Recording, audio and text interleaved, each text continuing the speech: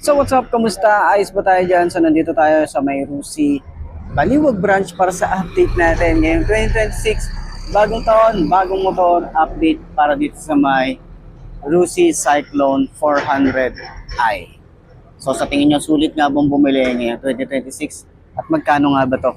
Ito ay bagsak presyo ngayon ngayong 2026. Okay, so sa mga naghahanap ng ganitong motorcycle, available nga po ulit dito sa may Rusi Baliwag branch. So tara, alamin natin yung presyo at yung specification kung sulit nga ba to. Samahan nyo ako, walk around na natin to. Ayos na ayos siya.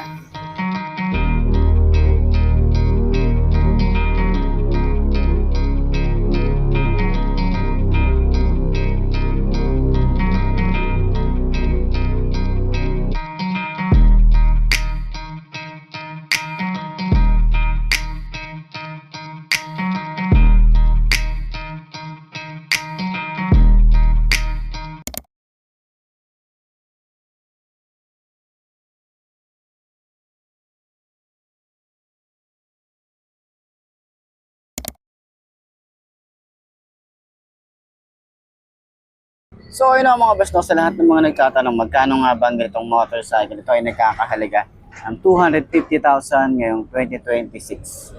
Available po sila sa installment, ilalagay ko sa screen nyo para at least meron tayong reference kapag kumuha tayo ng hulugan. So sa tingin nyo, sulit nga ba ang presyo niya ngayong 2026? Comment nyo naman yan, at para sa lahat ng mga nakagamit na ng ganitong motorcycle, baka pwede nyo i-share dun sa comment section ano nga ba yung mga nag-experience nyo sa motorcycle na to. Ayos na ayos siya.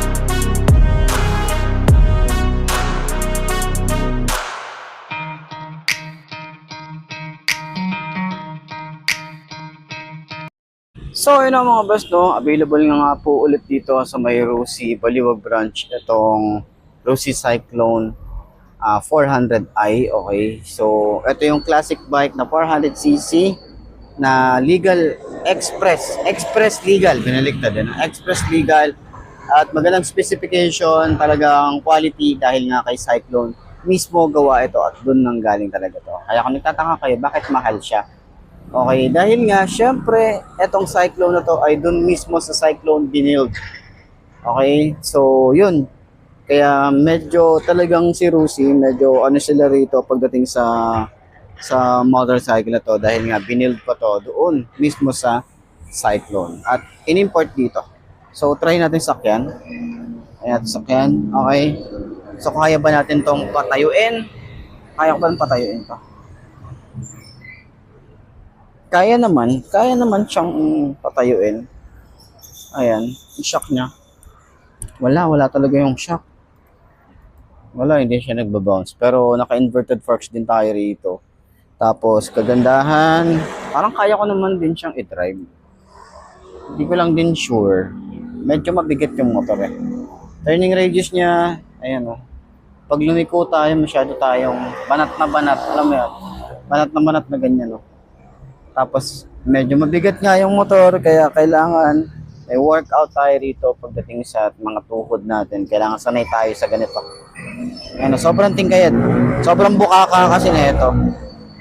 Pero pag naitayo mo naman siya, ano naman siya eh, kaya naman. Actually, kaya naman talaga.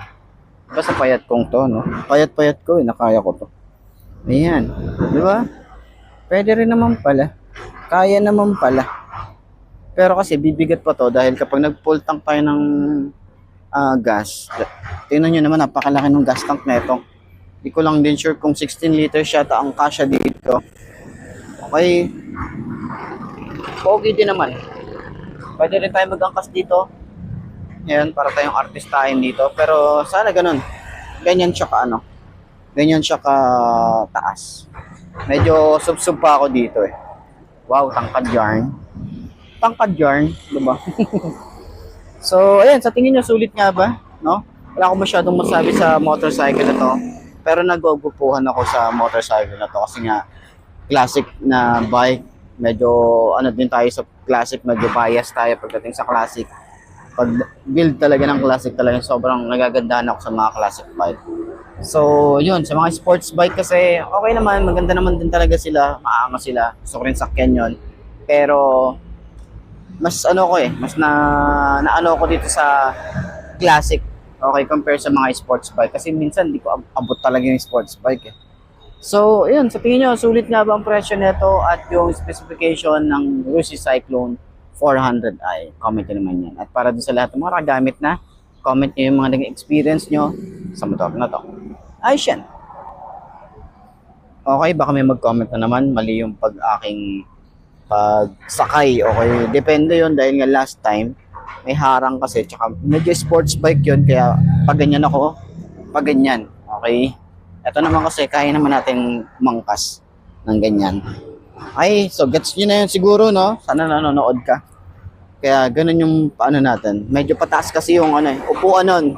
Kaya hindi ako pwedeng gumanon. Baka mas delikado siya. Nangyari na kasi sa akin. Okay, so yun lang. Explanation lang.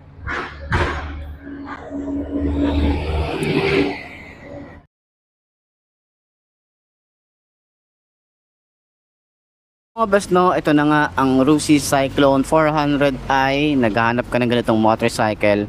So medyo bumaba na, no, medyo bumaba na yung presyo nito or yung down payment niya pagdating sa cash.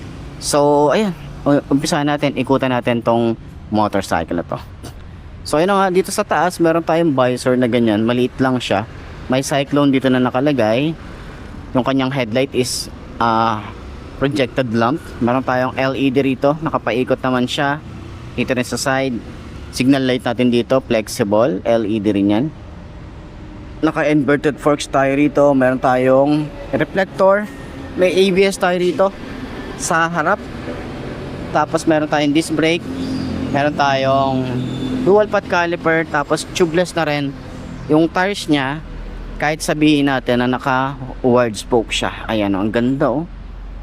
Ganda ng itsura nito. Pero yung size nito ay 120 70 by 17. Tubeless na rin yan. Timsan yung kanyang tires. So, yung Timsan ko, okay, na tires, umabot siya ng 4 years bago napalitan. Lalo na yung harapan. So, ganun siya kaganda. Ganun siya kasulit para sa akin. Yung ating radiator, meron tayong cover dito. Good thing. Okay, maganda yan. So, ayan. Ito na yung pinaka-radiator niya. Laki. Coolant niya, dito naman nilalagay. Ayan. Ito, meron tayong design para dyan. Naka-dual exhaust din tayo rito. So, ito yung tsura ng ating makina dito sa side. Rear brake pedal, smooth naman. Foot pegs, napiflip. Sa ibabaw, rubber. Same lang din dito, yung foot pegs para sa angkas. Sa ibabaw niya is naka-rubber. Ayan. Chassis, maganda pagkakadugtong, pagkakahinang. Ito yung ating mga throttle body, yung design niya rito. Angas, diba? Yung tambucho natin, kita nyo naman yan. Ganda rin, kahit di ka na magpalit. So, ayan, tsura niya. Wala nga lang tayo ritong cover para doon sa mga aangkas. Ingat lang din tayo rito. And may tire hugger na rin tayo rito. May plate light, may reflector dito sa side. Okay? May ABS din dito sa likod. Naka single disc brake din tayo rito. Single path caliper. Ang size naman dito sa likod ay 150 70 by 17. Ayan, tubeless na rin yan. So, meron din tayo round style na tail light, signal light, LED rin. Ito yung tambucho dito sa side. Yung sprocket nya, malaki din. And then naka single head shifter din tayo rito. May Cyclone din tayo rito na naka-emboss. 6 speed na rin to, 1 down 5 up ang isang to. Ayan.